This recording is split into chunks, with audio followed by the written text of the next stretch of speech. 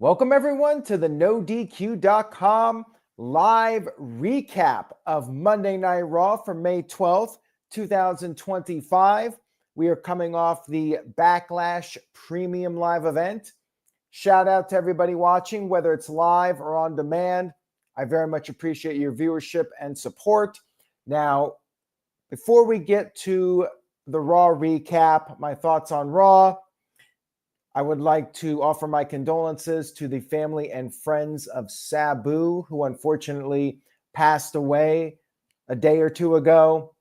Very sad news. Sabu, one of the ECW originals, one of the most important names in the history of ECW, very influential superstar, perhaps never reached the level of success that many felt that he deserved. He will definitely be missed.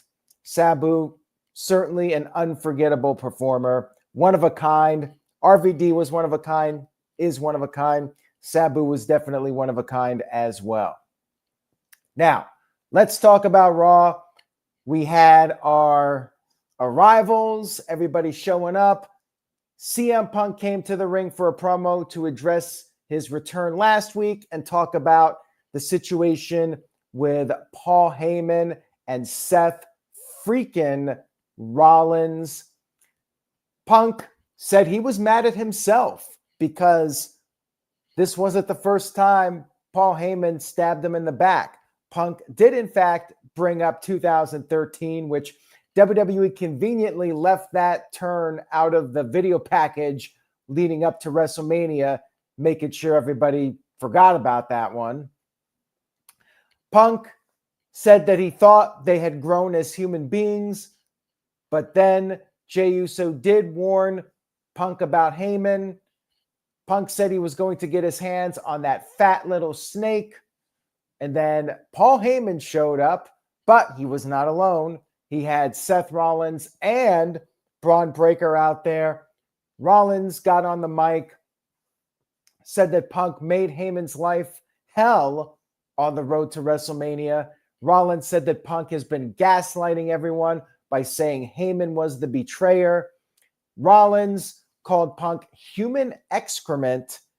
And then Punk responded by saying that Rollins will never be champion as long as Punk is around. And then Rollins said that since Punk loves to play the victim, he'll get to be the victim again. And that's when Rollins sent Braun Breaker to the ring to finish off CM Punk. Punk was able to fight off Breaker, but then Rollins got into the ring. It was 2-on-1. Sami Zayn ran out there, but it still wasn't enough. And then finally, Jey Uso with the steel chair showed up. You had the three good guys clearing the ring of the two bad guys. And now the question is, who will be the third guy? Are we getting that third guy to join Seth Rollins and Braun Breaker? You got the good guys outnumbering the bad guys 3-2. They did confirm that there will be a tag team match coming up at Saturday night's main event. It will be CM Punk teaming up with Sami Zayn against Seth Rollins and Braun Breaker. Of course, Jey Uso has his match with Logan Paul. More on Jey in just a little bit. Solid opening to the show to set up the Saturday night's main event match. Shout out to GVAC19, who sent in a $5 super chat. Thank you for that. I appreciate it. Says, do you prefer PLEs with 5 matches every 3 weeks or PLEs with 7 to 10 matches every 4 to 6 weeks? I feel like WWE is having events too close together. It just so happened that we got a lot of events crammed together in a short period of time. I do think it's best when you have a monthly premium live event with a 4-week build. That seems to be the best structure. And I do like the 5 matches. You could argue maybe they should add one more match, do 6 matches, but I felt that Backlash was a very easy watch with 5 matches. It's the old NXT TakeOver formula. Those NXT pay-per-views were awesome. 5 matches, short and to the point. I think that's ideal. Once a month, 5 matches, maybe 6, depending on your storylines. If you have an opening for a 6th match that makes sense on the show, then I'm all for that. Saturday night's main event is not a PLE. Keep in mind, that is a special. It's basically a glorified Raw or SmackDown. It's on Peacock and NBC. And yes, I should take note that CM Punk did do a little tribute to Sabu with the finger pointing to the sky. We had our first match of the evening, which was Penta versus Chad Gable. Chad Gable fighting on behalf of El Grande Americano. Good TV match here between these two. And before the match got started, Pat McAfee arrived. He was, in fact, cleared to be there, but he was selling the effects of the match with Gunther. Anyways, like I said, solid match here with Penta and Gable. Gable tried to pull off the mask at one point, and when he was in control, he was yelling out that Lucha Libre sucks. And then he hit his moonsault. Penta was able to kick out, and then Gable put on the ankle lock. Penta escaped that, and then ultimately won the match with the Mexican Destroyer. We had a backstage segment with Roxanne, Perez, and Giulia, basically a little video promo saying the women's division is no longer safe. Giulia said they're hungry, they're going to take over, and Roxanne said they're going right after the top women in WWE, Rhea, Ripley, and Io Sky. We also had a backstage segment with Judgment Day, and Dominic was asking Finn Bálor about hesitating at Backlash, and Bálor said Dominic is starting to sound paranoid like Damian Priest and Rhea Ripley were. And then Bálor vowed to take care of AJ Styles. Pat McAfee got a standing ovation from the fans after the Backlash recap was shown of his match with Gunther. Pat stood up on the table and said he was sore all over. He said he had a lot of respect for Gunther now, and maybe Gunther even has a little bit of respect for Pat and Michael Cole. Interesting. Definitely feels like we've moved on from this. I thought this was going to set up the Goldberg match, but now I'm really confused about Gunther and Goldberg. More on that in just a little bit. We had New Day come into the ring. They are the tag team champions. We had a tag match. War Raiders versus the Creed Brothers. Another good match here. You had Julius being able to counter Eric's dive, and then Eric got suplexed on the floor. The Creeds worked over Ivar. They did the superplex and moonsault combo. Things broke down. All 4 men were in the ring. Xavier Woods, though, distracted Eric, and then Kofi attacked Ivar. Brutus came off the top with the Brutus ball and got the win. New Day interfered, helping the Creeds pick up a win over the Raiders. Feels like we might get some sort of a 3-way tag team match at some point. Would not shock me with this finish. We had CM Punk and Sami Zayn backstage discussing Saturday night's main event. And Punk said he's having a hard time trusting anybody, but Zayn said he had a hard time trusting Punk. And they did say that they would work things out. They did the fist bump, and we will see that match. Apparently, we did get an announcement about a 3-way with those tag teams. I must have missed that part, but people in the chat room are saying that. Shanti, I will get to your super chat here in just a second when I talk about Becky Lynch, so stay tuned for that. Oh, apparently it was announced for Netflix subscribers. They announced the tag team match, so there you go. I am a Netflix subscriber, but I don't pay the full sub. We had Seth Rollins backstage telling Braun Breaker that Zayn and Punk have no idea what he's capable of. And he said that he had one more thing he wanted Braun Breaker to do, and he whispered it to him. More on that in just a little bit. We had footage shown of Logan Paul taking a cheap shot at Jey Uso after Raw went off the air last week. We had Jey Uso come to the ring for a promo.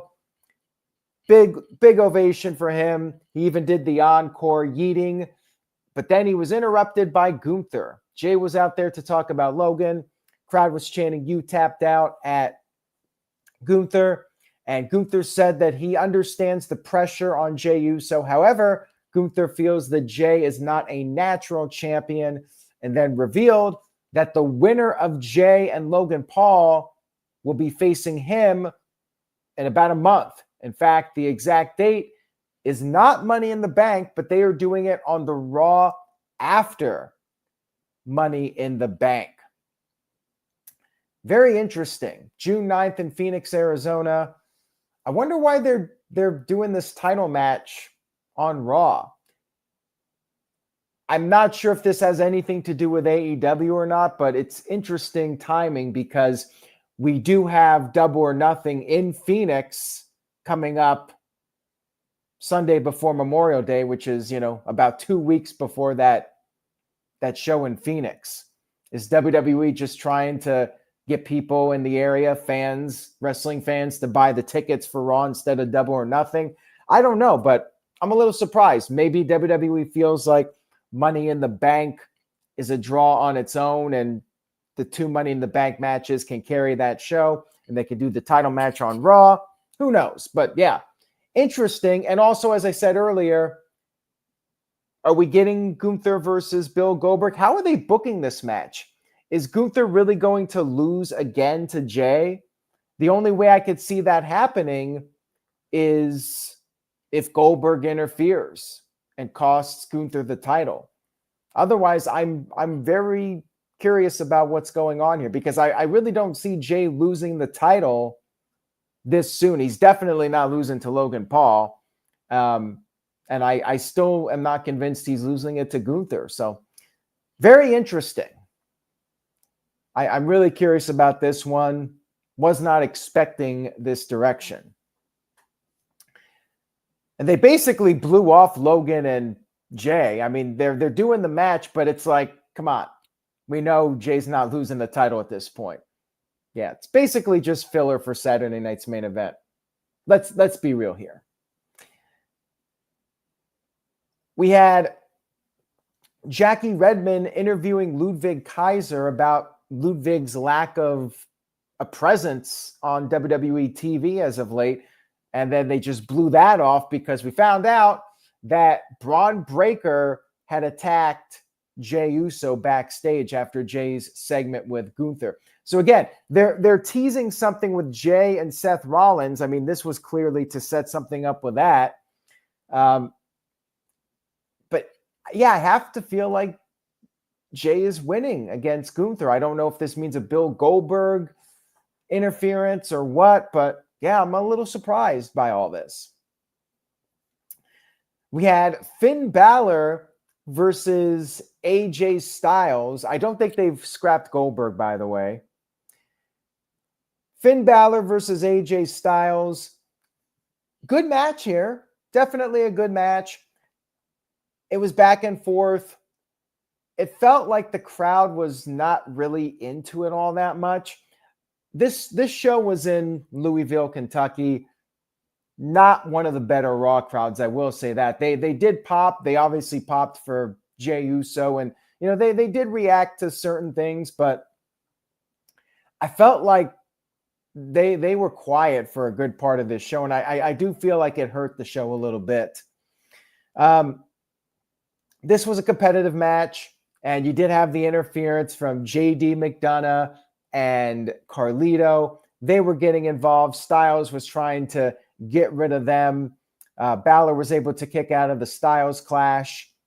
And then Styles went for the phenomenal forearm, but Balor countered that. And then Penta showed up to get a little bit of payback on Judgment Day. He went after Carlito and JD. And Penta took out Carlito with the Destroyer on the floor.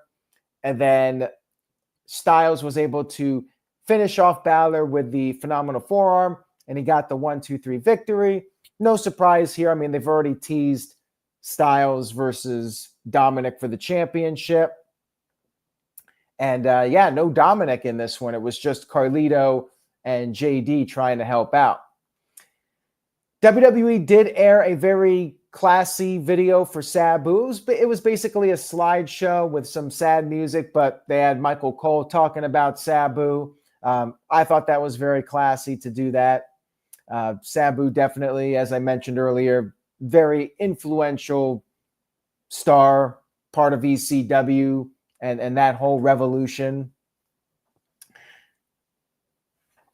Becky Lynch came to the ring for a promo. And I'll get to Shanti's super chat here in just a minute.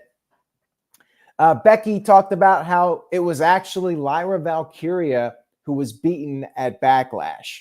Becky said one of them was taken to the hospital, and obviously it wasn't Becky. Becky said she gave Lyra the best match of Lyra's career. And then Becky talked about the fans, how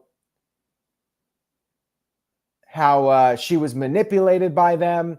She left because the fans wanted her to leave. They were behind Becky when she won the title, but after she won the title, people could not recognize her success because they only know failure. And she said from now on, she's just going to be who she is. She is whatever they say she is. Quote of an Eminem song, and Pat McAfee even referenced it.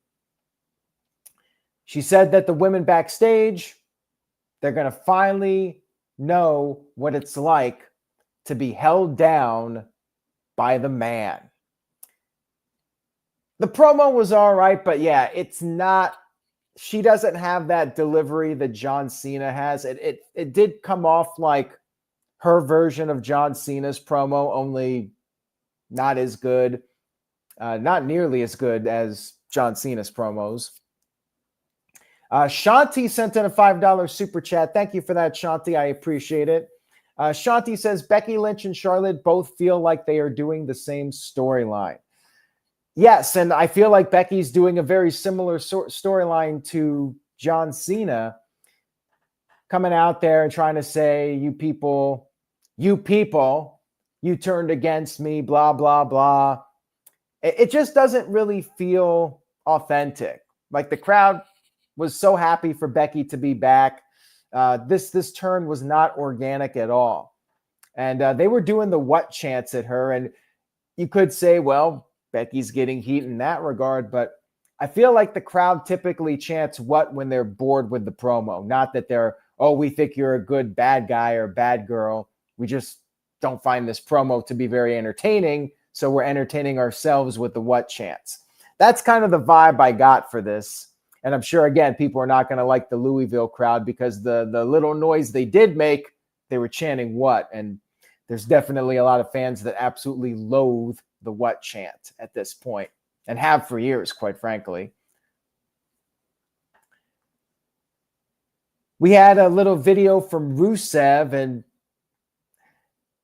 I hope they don't get into the AEW territory here of Rusev / Miro, whatever you want to call him. One week he's on TV beating up somebody, and then the next week he does a video promo, and then, they alternate. Every other week it comes out there.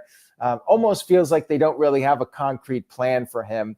And that's what happened in AEW. Like he would do those promos, and then he'd show up every now and then. I really hope it's not going to be the same situation with Rusev. Tozawa said he wanted a match with Rusev, but he's not medically cleared yet. So Adam Pearce said no. I guess that'll be the next Rusev match. Again, feels like they really don't have a plan for Rusev. He fought Otis, and now he's going to fight Tozawa in a couple weeks or whenever. We also had Sheamus come in, and Sheamus said he wanted a match with Grayson Waller. Speaking of guys they don't really know what to do with, it feels like. So now Sheamus is facing Waller. He fought Theory the other week. Now he's facing Waller, kind of just time filler till they can figure out a storyline for both guys. Maybe we get Rusev versus Sheamus at some point, but Yeah, not much of a build here. Yeah, Sheamus versus Grayson Waller. That's next week, I believe. Kind of feels like a filler match to me. We had our tag team main event. We had women's champion Io Sky teaming up with former champ Rhea Ripley against Giulia and Roxanne Perez. This was Giulia's first official match on Monday Night Raw. She got her full entrance, looked pretty cool. I liked the main event. I thought it was a very good match here. Nice showing for the newcomers. Crowd was very much into Rhea Ripley, and they were happy when Rhea would tag in. Roxanne slapped Rhea and tried to run away for a bit. And then Giulia and Roxanne were able to double team Rhea. And then after the commercial break, they worked over Io for a while. Rhea Ripley came in, went for an avalanche razor's edge, but Roxanne countered that with a Hurricane Rana out of the corner. And then Io Sky tagged in, did the big missile drop kick. We got some back and forth action between Giulia and Io. That was good stuff. And Io hit the over the moonsault. Roxanne broke up the pin. And then Giulia almost had Io beat, but then Rhea broke up the pin. And then Rhea Ripley was able to push Giulia into Roxanne. Roxanne ended up attacking Giulia thanks to Rhea. And then Rhea finished off Giulia with the Riptide for the 1, 2, 3. After the match was over, Io held up her championship, but then Rhea looked over at the title. Obviously, we're getting a rematch at some point, so they did a little tease for that. A little bit of a cliffhanger. Not much, Io and Rhea won. Rhea looked at the title, and that was that. It was a good match. Again, lack of crowd heat, I think, hurt it a little bit. And the main event ending was all right. It was a little bit of a cliffhanger, but some people were thinking that Asuka or Kairi Sane were going to return. Folks, don't buy into those photoshopped images you see on Twitter. That's all I got to say. Show was good. It was a good Raw. I do think there was a lot of filler, though, and I do think that this was an episode of Raw where you could just watch the clips. You don't really have to go and watch the whole show. It was one of those Raw episodes. I give it 6 out of 10. Solid, pretty entertaining Raw, but by no means do I think it was must-see. A little bit of a slow period here. We got that Saturday night's main event coming up. Money in the Bank, that's going to sell itself, and they're going to be doing the qualifying matches next week. So it's that usual structure. Doesn't really feel like an angle-heavy period. They're just going to do the qualifying matches, and that's going to be the main build-up for Money in the Bank. I feel like it won't be until that Saudi Arabia show that we'll start to see some more significant storylines to lead us into the SummerSlam period. But yeah, all right, Raw, pretty solid. That's all I got for this week with Raw. Thank you guys for watching, and I'm thinking we'll be talking more about Sabu on the No DQ review. Make sure you guys tune in 7 p.m. Eastern, 4 p.m. Pacific on Tuesday night for the No DQ review. Have a great week, everyone. Stay tuned to NoDQ.com for the very latest. Say yes to No DQ, and I will see you all. Wait a second. We're not done. We're in overtime. Shanti sent in a $5 super chat. So let me get to that here. Shanti says, same with Rusev and Aleister Black. Although one is a heel in the face, they feel like the same shtick. Hopefully I'm wrong. Aleister Black is more or less his WWE character that he was before, although you could say he was basically doing the same thing in AEW. But I hope we'll see some sort of an evolution with those characters over time. I mean, Rusev is different from what he was when we last saw him in WWE. With Aleister, he feels more like the NXT Aleister Black, and they even gave him that music, which I'm a fan of that music. I'm glad about that. Rusev's music is all right. I think it was good to change things up. I just think that Def Rebel isn't very good at producing songs. That's the problem. But I think a little change and not having that old music was ultimately good for Rusev. We'll see what happens with them. I mean, so far, both of them are being protected in the booking, and they got the video packages and the big presentation. So we'll see how they do. We'll see if they are big stars, or if maybe Tony Khan was right to put the brake on pushing those guys. That's it, everybody. I'm out for the night. Thank you so much, Shanti. Thank you to everybody for tuning in. Much love and appreciation to you all. I will see you in the near future. Take care, everybody.